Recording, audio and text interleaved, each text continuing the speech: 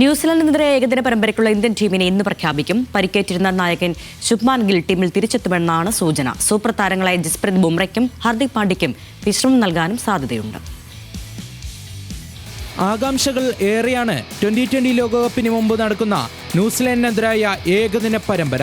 പരിക്കേറ്റ ക്യാപ്റ്റൻ ശുഭ്മാൻ ഗില്ലും vice captain Shreyas അയ്യരും ടീമിൽ തിരിച്ചെത്തുമോ എന്നാണ് ആരാധകർ ഉറ്റുനോക്കുന്നത്.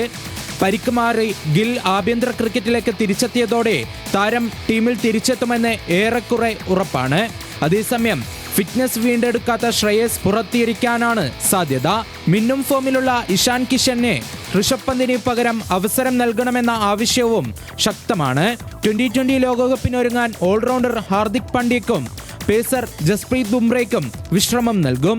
ബുംറയുടെ അഭാവത്തിൽ മുഹമ്മദ് ഷമിക്ക് വിളിയെത്തുമെന്നാണ് പ്രതീക്ഷ. ആഭ്യന്തര ക്രിക്കറ്റിൽ മിന്നും പ്രകടനം കാഴ്ചവെച്ചിട്ടും മുഹമ്മദ് ഷമിയെ ടീമിൽ ഉൾപ്പെടുത്താത്തതിൽ വിമർശനം ശക്തമായിരുന്നു. സീനിയർ താരങ്ങളായ വിരാട് കോഹ്ലിയും രോഹിത് ശർമ്മയും ടീമിൽ തുടരും.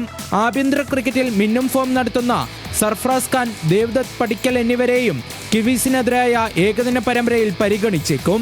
അവസാനം കളിച്ച ഏകദിനത്തിൽ സെഞ്ചുറി നേടിയെങ്കിലും പിന്നീട് അവസരം ലഭിക്കാതിരുന്ന സഞ്ജു സാംസണിനെ ഇത്തവണയും പരിഗണിക്കാൻ സാധ്യതയില്ല. Sports desk, news Malayalam.